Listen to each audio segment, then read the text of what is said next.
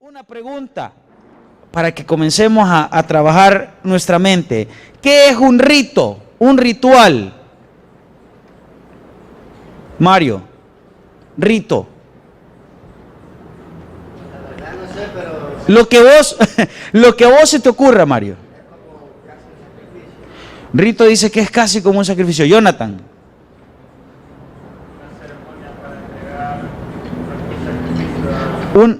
Una ceremonia. Raúl,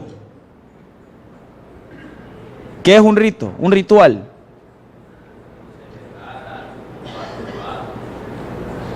A ver por este lado. A ver, Pablo, ¿qué es un rito? Es hacer algo antes de iniciar otra cosa. Es hacer algo. Bueno. Los mayas tenían rituales, ¿sí o no? Los aztecas, todos los indios tenían rituales. Entonces los rituales no solo los hacen los cristianos. Pregunta, ¿ustedes participarían en algún rito? Dani, ¿participarías en algún rito? No.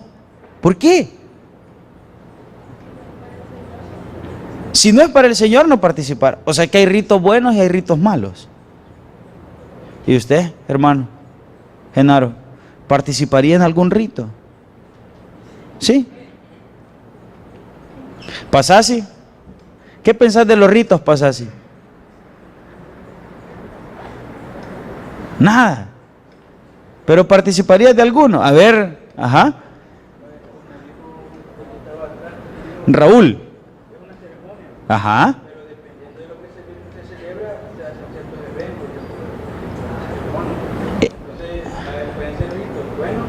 Pueden ser ritos malos dependiendo de qué es lo que se esté celebrando. Por ejemplo, un rito bueno, Josué. Aquí podemos hacer una ceremonia, puede ser considerado como un rito, pero dependiendo de qué es lo que vamos a celebrar, vamos a realizar ciertas actividades y va a tener un objetivo. Ok. Precisamente, ¿saben que estamos en un rito ahorita? Lo que nosotros hacemos es un rito. Les voy a leer la definición de rito.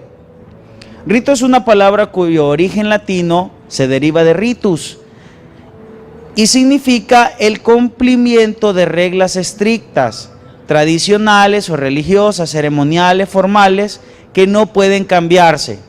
Cuando usted entra a esta iglesia y viene al culto de jóvenes, usted ya sabe que va a orar, usted sabe que va a alabar al Señor, usted sabe que va a servir, usted sabe que va a ofrendar y usted sabe que va a estudiar la palabra del Señor.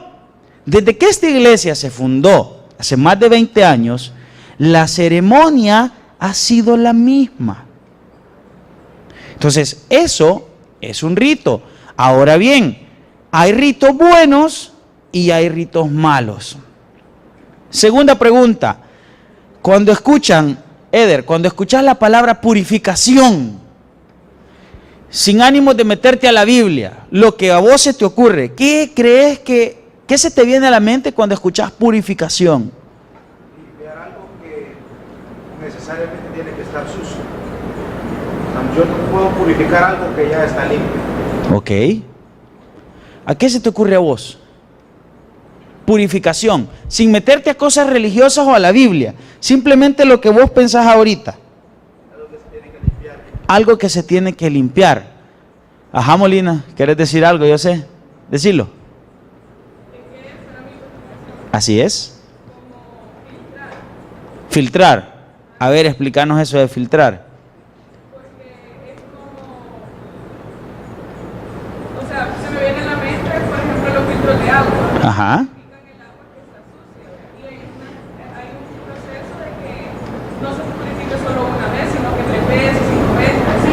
Entonces, como que pasarlo varias veces por lo mismo. Ok, me gusta lo que dice Molina. Es que el producto, un producto general, pasa por un proceso, por varios procesos, a manera de que ese mismo producto tenga una mayor calidad. Como el agua. Dice ella que el agua la purifican, luego la vuelven a purificar, al final nosotros la tenemos en esas botellas de diferentes marcas y es la más saludable que nosotros abramos el grifo y podamos beber agua de ahí. Entonces, eso es la purificación. También ellos dos acertaron mucho cuando dicen de que hay que limpiar algo que está sucio. Usted no puede purificar algo que está limpio. La purificación es algo que necesita ser limpiado. Les voy a leer la definición de purificación con respecto a lo que nosotros estudiamos, a la palabra de Dios. Toda acción ritual por la que el hombre adquiere la disposición necesaria para entrar en contacto con lo divino. En la Biblia se menciona un rito para los judíos, el rito de la purificación, que más adelante les voy a detallar. Pero si nosotros vemos el significado de purificación, nosotros podemos entender que antes de venir y platicar con Dios, nosotros tenemos que estar limpios. Si nosotros no estamos limpios, nosotros no podemos tener acceso a Dios. ¿Por qué? Porque Dios es santo, Él es puro y Él no puede tener contacto con el pecado. Entonces, ahora usted se estará preguntando, ¿y cómo es que yo vengo después de haber hecho tantas cosas y platico con Dios? Porque Cristo lavó sus pecados. Pero bueno, vamos a seguir. Voy a pedirle a... Vení tú, por favor. Vení, acércate. Le voy a pedir, quiero ver a quién más. ¿Cómo te llamas vos? Carlos, vení. Hermano de Kevin. Vení. Ok. Voy a hacer 3 preguntas a ellos. Y esas preguntas que voy a hacer a ellos, deben de ustedes tomarlas como que yo les estuviera preguntando a ustedes. Como que estas preguntas, en lugar de que estuvieran ellos 3 acá, estuvieran ustedes acá y se les estuviera confrontando. La primera pregunta, ¿cómo te llamabas? La primera pregunta es para Quique. ¿Te puedo decir Quique? Sí, ¿verdad?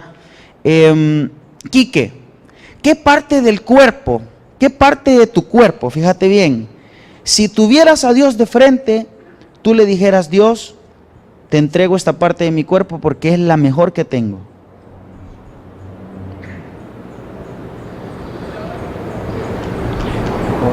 Te considera feíto. ¿Qué parte le dedicaras, Quique? ¿Qué parte de tu cuerpo crees que está completamente pura para que pueda ser tomada por Dios? Pura no. Ninguna. Bah. A ver, Carlos. ¿Qué parte de tu cuarto, fíjate bien, llevas al Señor? El Señor viene a buscarte y platica con vos y te dice que quiere ir a tu casa. Llegan a tu casa y el Señor dice que quiere conocer tu cuarto. Entonces vos lo llevas a tu cuarto y le vas a dedicar una parte de tu cuarto, la que tiene más pureza en tu cuarto. ¿Qué parte le dedicaras de tu cuarto al Señor? Esa parte donde nunca ha habido pecado. Esa parte de tu cuarto donde nunca has hecho nada malo. ¿Y por qué les da risa a vos? Les dije que piensen en ustedes. Se lo estoy preguntando a Carlos, pero ustedes piensen que el Señor llega a vuestras casas y hace lo mismo. Ajá, Carlos. Quizás la parte donde está el ropero. ¿Por qué? Porque no le movió de ahí y no ha hecho nada ahí. ¿Cómo? Porque no le movió de ahí. Porque eso está intacto y como está intacto, pues no has hecho nada malo ahí. Bien. A ver, ¿cómo te llamas vos? Rabid. Si el Señor viniera, fíjate bien, y te dijera, mira, Rabid, fíjate que Quique no me pudo dedicar ninguna parte de su cuerpo. Carlos apenas me dedicó el ropero, y el ropero, ¿para qué lo quiero? Pero con vos sí, dice el Señor, voy a tener éxito. Quiero que me dediques o tu Facebook, quiero que me dediques tu celular, o quiero que me dediques tu computadora. ¿Podrías dedicárselo al Señor? Está completamente limpio. No hay nada malo ahí. ¿Seguro? Seguro.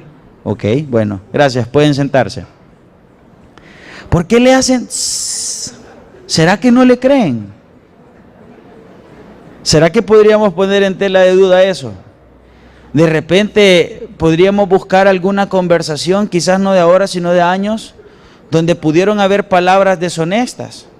Acuérdense que cuando nosotros dedicamos algo al Señor, pongan atención en eso. No es que esté en contra de lo que me he dicho, Rabí, sino que estoy ampliando esto para todos. Acuérdense que cuando dedicamos algo al Señor, en nuestra mente finita, nosotros estamos pensando que le estamos dedicando el presente. Pero Dios vive en una eternidad. Entonces lo que antes éramos, hoy somos y después vamos a ser, Dios ya lo ha visto en un todo. Entonces si nosotros dedicamos una parte de nuestra vida, el Señor sabe lo que antes hicimos o vamos a hacer después. Quizás por este momento podemos decir, Señor, yo te invito a mi cuarto y puedes estar ahí tranquilamente. Pero ¿qué tal en un futuro nos vamos a equivocar? Yo le puedo decir, Señor, mi cuerpo es un cuerpo que se abstiene de comer cosas que le hacen daño, me mantengo saludable, no hago cosas con mi cuerpo que no debería de hacer. Es cierto, quizás ahora, pero ¿qué tal antes? ¿O qué tal después? Entonces, el Señor quiere que nosotros dediquemos áreas de nuestras vidas y nuestras vidas en un todo. Y usted estará pensando, hermano, pero es que es casi imposible que yo le dedique esas cosas a Dios porque no somos perfectos, porque nos vamos a equivocar. Ya vamos a ver más adelante. Quiero que corran ahora hasta Nehemías, capítulo 12.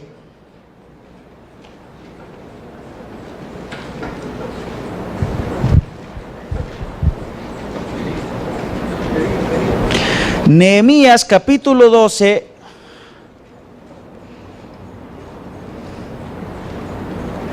versos 27 al 30. Cuando lo tengan puestos en pie, sabré que estamos listos para iniciar nuestro mensaje.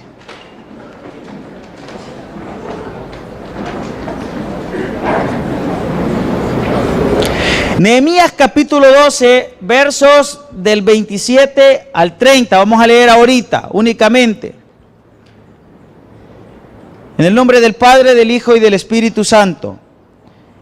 Para la dedicación del muro de Jerusalén, buscaron a los levitas de todos sus lugares para traerlos a Jerusalén, para hacer la dedicación y la fiesta con alabanza y con cánticos, con címbalos, salterios y citarás.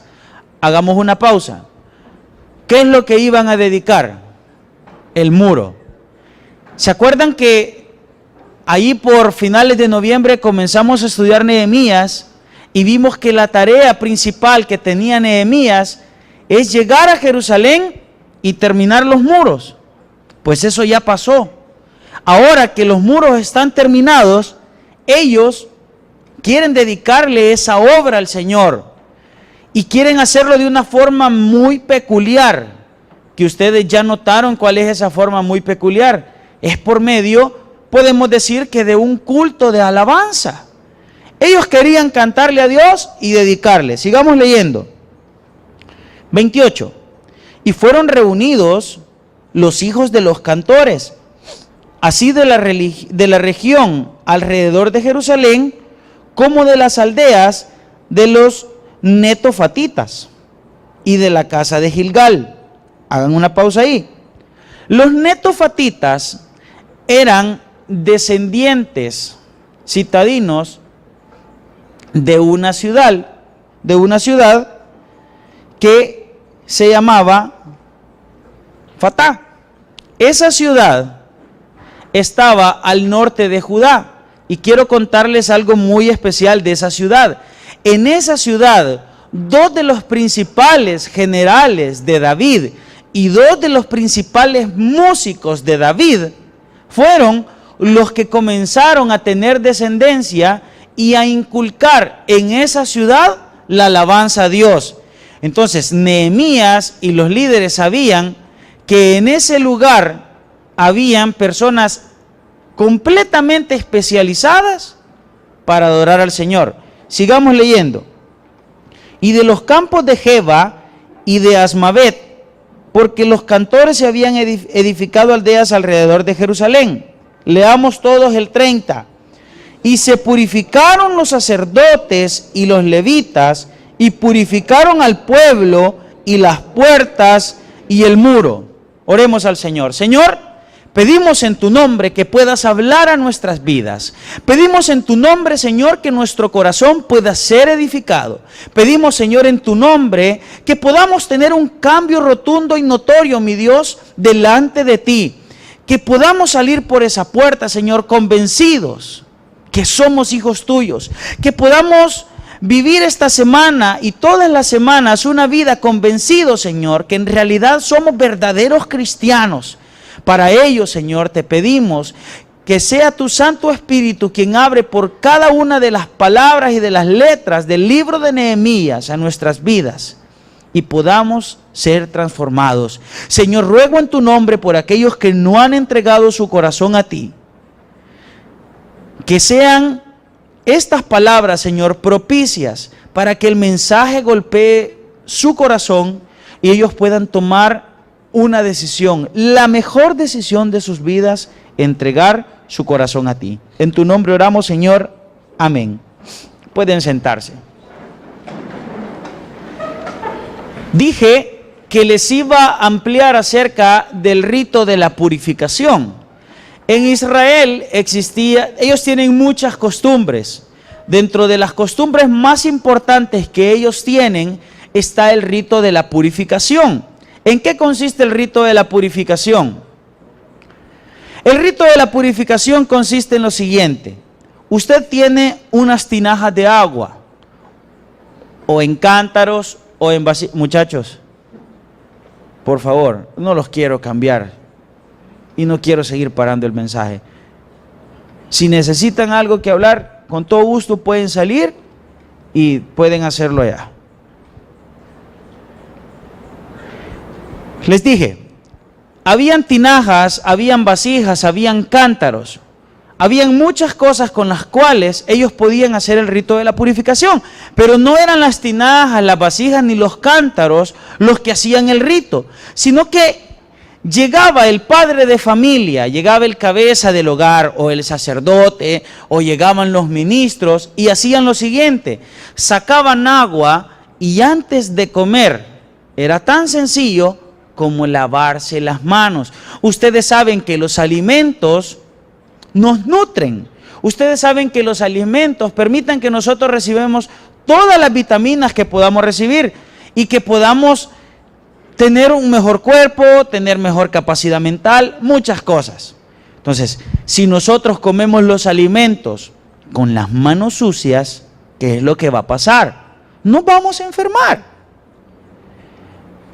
Y de nada va a servir que tengamos el mejor manjar delante de nosotros o en nuestras mesas si nuestras manos están sucias. Número 2. El rito de la purificación consistía en antes de saludar a otras personas, yo debía lavar mi rostro. En antes de llegar al templo donde se hacían los sacrificios, yo debía lavar mi rostro. ¿Por qué? Eso era un simbolismo que yo tenía muchas cosas que quizás, por decir algo, a Eder no le agrada. Eder sabía que yo hablaba cosas que no son o quizás andaba en malos pasos. Entonces, para yo demostrarle a Eder que esa mañana yo estaba a cuentas con él, yo lavaba mi rostro y yo contra Eder ya no tenía nada. Estaba listo para platicar con Eder. Al igual en el templo, yo llegaba en señal de que reconocía mis pecados delante de Dios y que estaba dispuesto a hacer sacrificios para que Él me los perdonara y lavaba mi rostro. Número 3, otra forma de hacer el rito de la purificación era lavando los pies. Cuando los judíos llegaban a sus casas, ellos venían de trabajar y en su casa estaban sus hijos y estaban sus esposas. Y qué feo es llegar a un lugar y usted se sienta y de repente en esa reunión usted ve que alguien tiene los pies bien sucios. Eso es completamente nauseabundo y inmediatamente le dan gana a uno de moverse de ahí. Usted ve en el bus y de repente ve una señora que los pies le brillan, pero le brillan de la costra de tierra que anda, no de que sean bien limpios. Entonces, el rito de la purificación consistía en que antes de entrar a las casas, los judíos lavaban sus pies y entraban ya limpios a su familia. Eso es el rito de la purificación. Entonces, me llama la atención, y ustedes pueden ver, que ellos hacen el rito de purificación. Pero no solo purifican ellos, sino que vean lo que dice, leamos el 30. Y yo creo que este verso, todos deberíamos de aprenderlo de memoria y todos deberíamos de guardarlos en nuestros corazones, porque nos va a servir. Nuevamente leámoslo. Y se purificaron, ¿quién les dice? Los sacerdotes. Número 2, los levitas. ¿De ahí a quién purifican? Al pueblo. Luego, las puertas y el muro. Es decir que es tan sencillo como esto. Bueno, estos muros fueron construidos hace 5 años, comenzaron a construirse, 10 años. La obra la logramos terminar, pero mucha gente ha ido poniendo sus manos en los muros. Quizás algún animal se ha arrastrado por ahí y ha dejado su suciedad en el muro. Las puertas, han entrado gente de otros lugares por esas puertas cuando fueron edificadas. Están sucias. No podemos dedicarle a Dios algo que esté sucio. Entonces hagamos algo, dijeron ellos. Pongámonos a lavar las puertas y los muros. Y fue tan sencillo, digo tan sencillo, tomar la decisión de hacer ese trabajo, pero en realidad era un muro grandísimo. Pero en eso consistía en el rito de purificación que iban a hacer antes de que, si ustedes leen nuevamente el verso 27, dice que iban a la dedicación del muro, para la dedicación del muro de Jerusalén. A continuación, en los versos 31, 32, 35, da un listado de personas que iban a administrar lo que allí se iba a hacer. Es decir, que iban a nombrar grupos especiales que llevaran cómo se iba a hacer la dedicación. Ya leímos que iba a ser a través de la alabanza. Veamos lo que dice el verso 36. Y sus hermanos Semaías, Azarael, Milalai, Gilalai, Mai, Natanael, Judá y Ananí, con los instrumentos musicales de David, varón de Dios. Pausa. ¿Cómo es posible que aún tenían los instrumentos musicales de David si ya había pasado el cautiverio babilónico, si habían sido exiliados de su tierra, todas las cosas se habían destruido? No es que ellos tenían el arpa con la que David le cantó a Saúl para librarle ese tormento del espíritu que Dios mandaba, sino que ellos habían sido enseñados por David a crear instrumentos para adorar a Dios. Entonces, los instrumentos que David les había enseñado eran los instrumentos que ellos en este momento iban a sacar a flote para hacer la dedicación del muro. Sigamos leyendo. Y el escriba Esdras delante de ellos. Recuerdan que él era la principal figura que administraba los ritos en ese entonces. Y a la puerta de la fuente, enfrente de ellos, subieron por las gradas de la ciudad de David, por la subida del muro, desde la casa de David hasta la puerta de las aguas al oriente. 38. El segundo coro iba del lado opuesto, y yo en pos de él, está hablando Nehemías, con la mitad del pueblo sobre el muro, desde la torre de los hornos hasta el muro ancho, y desde la puerta de Efraín hasta la puerta vieja, y a la puerta del pescado, y la torre de Hananael, y la torre de Amea hasta la puerta de las ovejas, y se detuvieron en la puerta de la cárcel. 40. Llegaron los dos coros a la casa de Dios, y yo y la mitad de los oficiales conmigo. Hagamos una pausa. ¿Pueden imaginar cómo dos grandes coros, gente cantando y adorando al Señor, caminaban por las calles de Jerusalén, caminaban por encima de los muros de Jerusalén, pasando por cada una de las torres, por cada una de las puertas, hasta posicionarse frente al templo. Es como cuando en Semana Santa ustedes ven esas grandes procesiones, pero ellos no lo hacían como una costumbre. Esto era un sentimiento, una decisión que había provocado el hecho de confesar sus pecados, el hecho de aprender que en la Biblia habían encontrado que estaban mal delante de los ojos de Dios, el hecho de que sabían que tenían que tomar una decisión y afirmar sus convicciones.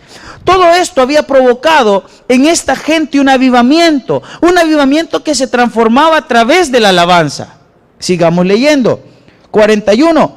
Y los sacerdotes Eliasim, Maaseías, Miniamim, Micaías, y ahí dice los nombres, que dice que llevaban trompetas. ¿Qué hace la trompeta? La trompeta hace un sonido que usted lo puede escuchar donde quiera que esté. Inmediatamente provoca que usted gire su cuello y diga, wow, mira, ahí vienen los músicos. Eso es lo que hace una trompeta. Una trompeta, si alguien se está durmiendo y escucha la trompeta, pega el gran brinco, porque sabe que está sonando la trompeta. Ahora imagínese usted, si alguien tiene el don de la música y toca esa trompeta de una manera tan especial que puede provocar en el corazón de cada uno de los judíos el deseo de levantarse desde donde estén, correr a esa procesión y comenzar a adorar a Dios. Todo eso es lo que había provocado el hecho de que Nehemías y Esdras tomaran la decisión de construir los muros y de instruirlos por medio de la palabra de Dios. Sigamos leyendo. Vamos hasta el 43, y este es importante. Y sacrificaron aquel día numerosas víctimas, y se regocijaron porque Dios los había recreado con grande contentamiento. Esta parte es muy importante, ya se las voy a explicar. Se alegraron también las mujeres y los niños, y el alborozo de Jerusalén fue oído desde lejos. Ese día ellos hicieron muchos sacrificios. Ese día la gente que vivía en medio de ellos, que no quería adorar a Dios, la sacaron. Ese día los extranjeros los quitaron de en medio de ellos. Y pasa algo muy importante. Ustedes saben que por las costumbres, la Biblia, cuando se refiere a que alguien ha hecho una actividad con respecto a Dios, como adorar, cantar, en principal lugar se está refiriendo al sexo masculino. ¿Por qué? Porque las mujeres y los niños tenían que aprender. Ahora bien, fue tanto lo que ellos provocaron, fue tanto lo que su testimonio dio, que de repente las mujeres de su pueblo y los niños de su pueblo no los podían callar. Tenían tantos deseos de adorar al Señor que se levantaron y comenzaron a cantar, comenzaron a adorar. Y bueno, ya se imaginan ustedes algo así como lo que pasó al final del culto de la semana pasada, que todos dispusimos en nuestro corazón a adorar al Señor, y este recinto fue mágico porque adoramos al Señor.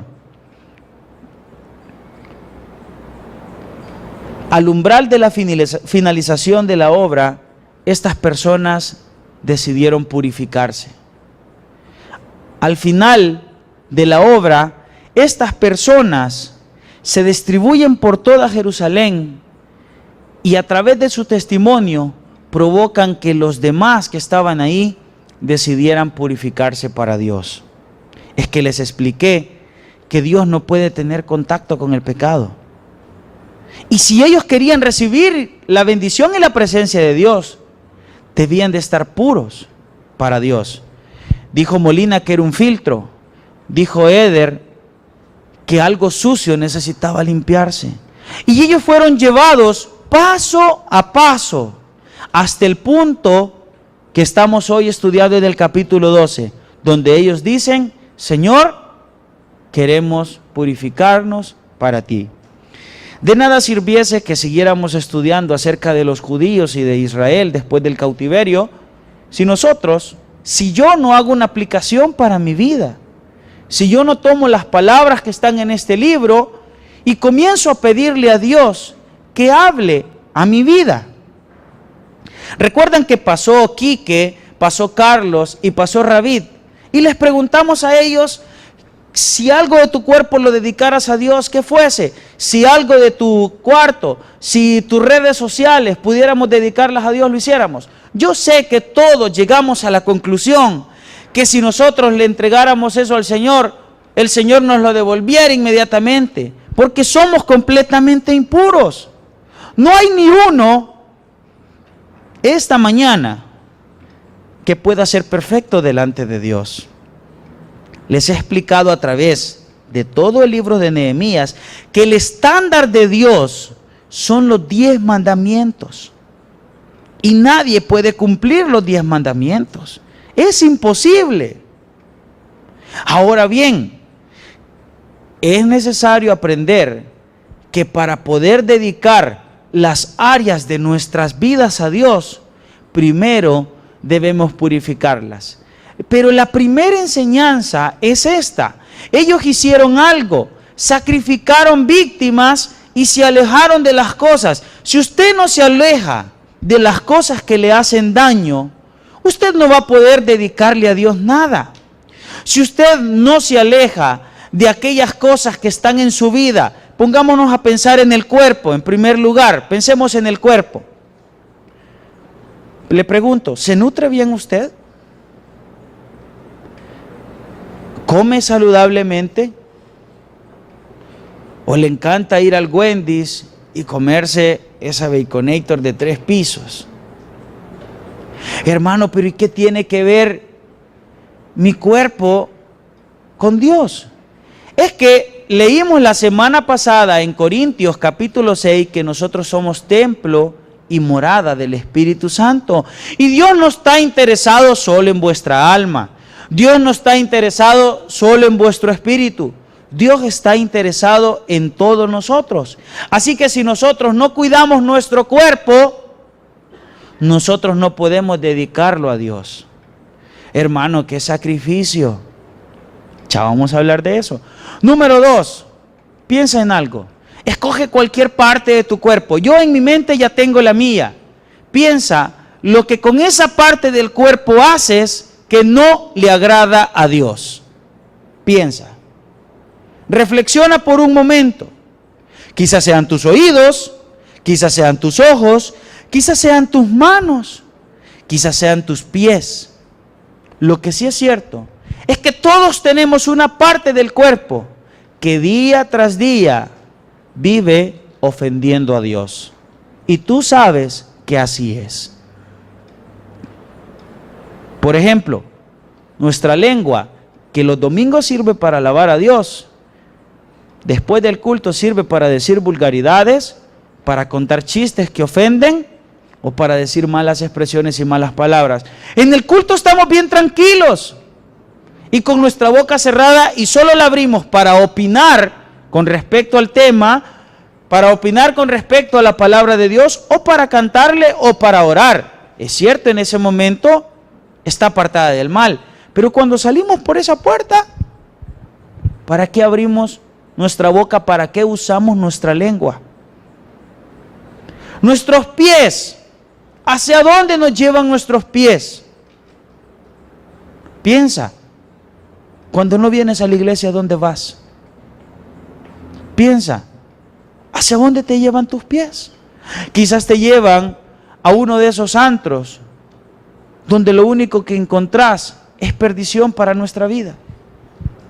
Quizás tus pies te llevan hacia esa señorita o ese caballero que lo único que hace es degradarte como persona, porque sabes que te usa, porque sabes que se aprovecha de ti, porque sabes que lo único que quiere de ti es tu cuerpo, es tener un provecho tuyo. ¿Qué te llevó a él? Tus pies. Así podemos pensar en el cuerpo. Pensemos ahora en nuestros cuartos, pensemos en nuestras casas, pensemos en nuestros colegios, en nuestros trabajos. Qué difícil es saber que vamos a llevar a Jesús y decirle, te voy a dedicar este cuarto. Y sabes que en ese cuarto ha sido un cuarto donde has ingerido drogas, donde has realizado fornicación, donde has visto pornografía, donde has hablado temas que no tienes que hablar. ¡Qué difícil es! Es difícil llevar a Jesús. Yo no le puedo dedicar a Jesús mi cuarto porque no es puro.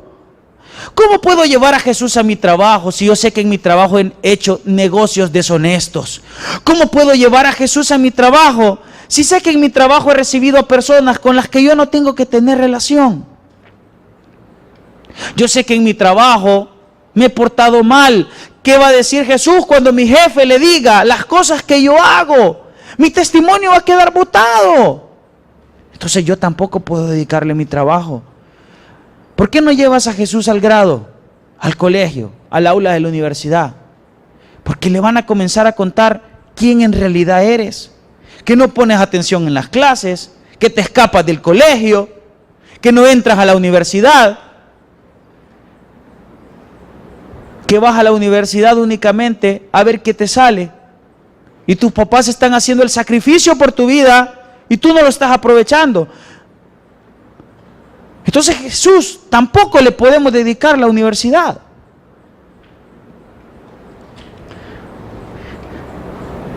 Las redes sociales, el teléfono, la tablet, la PC, laptop.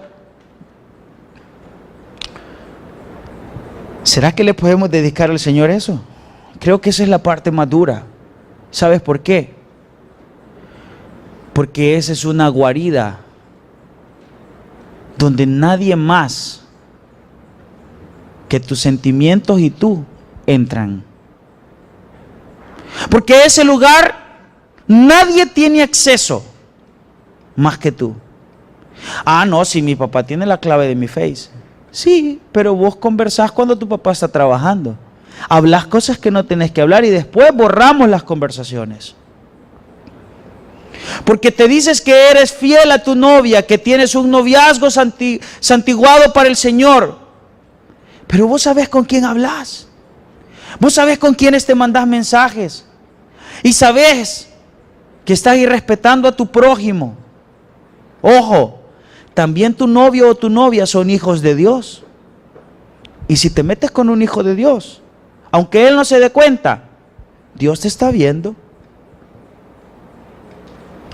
Dios sabe las imágenes que pasaste por WhatsApp. Él lo sabe. Ah, hermano, es que en el grupo a mí me cayeron. Pero las vistes. Ah, hermano, es que como si los del colegio, si esos son unos grandes inconversos, esos de Egipto vienen. ¿Ah? Más abajo, de África.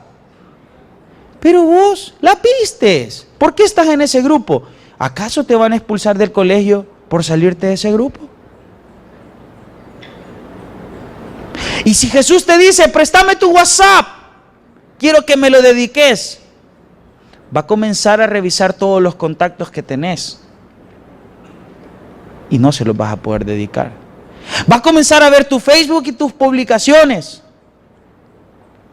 ¿Qué tal esos que le dan la página que dice, ¿cómo es? Guanacas, ¿cómo dice? Bien saben, ¿verdad?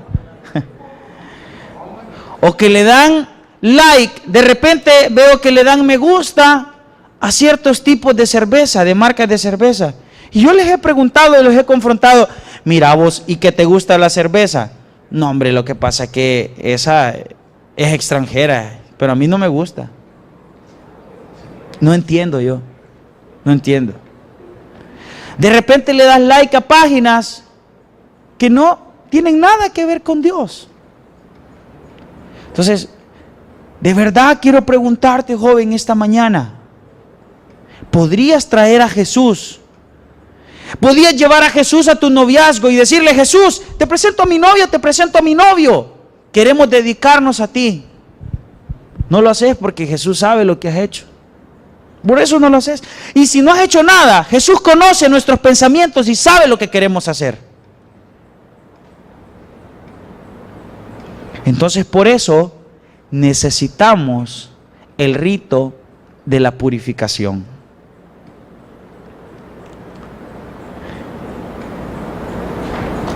Jesús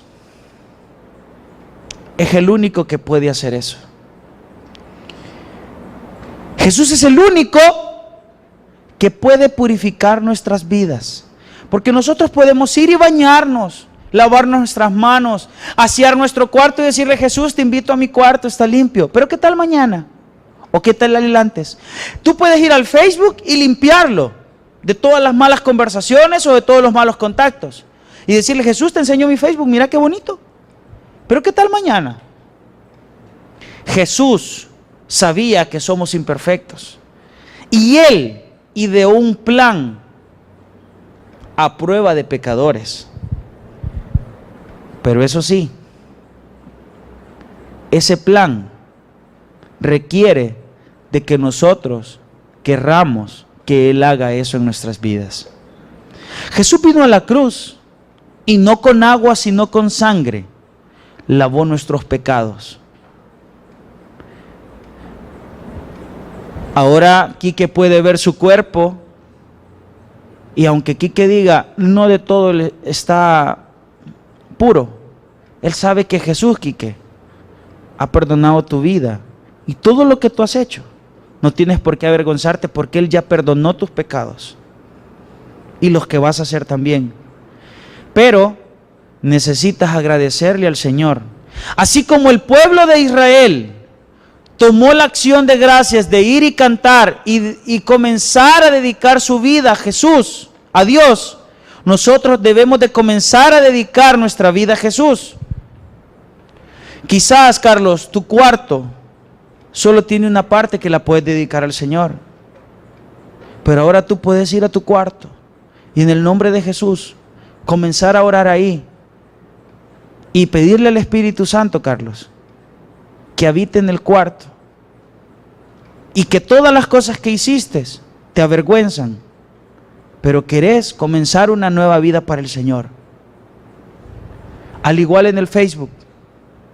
Quizás nos avergonzamos de nuestras redes sociales en este momento, pero podemos ir, podemos arrepentirnos, podemos decir: Señor, hoy voy a tomar la decisión de purificar mi vida. Ustedes estarán preguntando: hermano, pero es que si la Biblia habla de los muros, habla de Jerusalén, habla del templo, de que reconstruyeron las casas. Es cierto. Lo que sucede es que nosotros no hemos reconstruido muros físicos. Nosotros no hemos reconstruido paredes físicas ni casas. Ha sido nuestra vida que paso a paso a través del libro de Nehemías y de la inspiración del Espíritu Santo, nosotros hemos ido edificando nuestro propio cuerpo. Y ahora podemos decirle al Señor: henos aquí, nosotros mismos es el lugar donde tú habitas. Y no puedes habitar en un lugar sucio. Debemos purificar nuestras vidas. Quiero terminar el mensaje contándoles una historia. Un joven llegó a una joyería. Y cuando llegó a una joyería le dijo: señor joyero, por favor, necesito un anillo de compromiso, el más caro que tenga. No importa lo que valga, estoy preparado para pagarlo. ¿Seguro?, le dijo el joyero. Seguro, le dijo. Tengo este, le dijo. Le enseñó. La piedra brillaba como que fuera un sol. No necesitaba ningún tipo de resplandor. Era una piedra hermosa, un diamante como nunca antes lo había visto. El joven preguntó el precio y sin menguar y sin dudar dijo: por favor, llévelo a caja que voy a pagar. El joyero dijo: este joven está completamente enamorado. Solo alguien tan enamorado puede pagar lo que sea por esta joya. Se acercó al joven y le dijo: joven, disculpe que sea indiscreto, pero está bien enamorado y se casa pronto, ¿verdad?, le dijo. El joven sonrió y le dijo: pues no me caso y sabe que ni novia tengo. Con la misma sonrisa que ustedes tienen, el joyero se le quedó viendo y le dijo: ¿y entonces para qué quiere esto? Hay una mujer muy especial, le dijo, en mi vida, que cuando yo iba a nacer, mi progenitor le dijo: mátalo, bótalo, porque lo único que va a hacer es arruinar tu vida. Yo no me voy a hacer responsable de él. Fue un descuido tuyo. Esa mujer no le importó sacrificarse. Esa mujer, a costa de cualquier cosa, me trajo al mundo. Se quitó el bocado por dármelo a mí. Trabajó, fue madre, fue padre, fue hermana, fue amiga, fue maestra, hacía las tareas conmigo. Y hasta el último día pagó mi universidad. ¿Cómo es posible que yo no pueda dar lo mejor de mí para aquella que sacrificó todo por mí? Hermanos, jóvenes, lo mismo hizo Jesús por nosotros. Él dejó su reino. Él dejó su trono. Vino a la tierra, se hizo hombre y dio su vida por nosotros. ¿Cómo es posible que ahora nosotros, que somos templo y morada de Él, no podamos dedicar todas nuestras áreas de la vida a Él? Hoy vamos a hacer algo. Vamos a dividirnos en 3 grupos. 1, 2 y 3. Nos vamos a reunir con el ministerio de alabanza y vamos a hacer precisamente lo que hizo Nehemías y Esdras. Vamos a hacer un rito donde le vamos a cantar al Señor y le vamos a dar gracias por haber purificado nuestras almas, por haber purificado nuestro cuerpo. Ojo en esto, muchachos. Si tú tienes algo de qué avergonzarte con Dios, es buen momento para que en ese momento de ministración que vamos a tener, podamos pedirle perdón al Señor.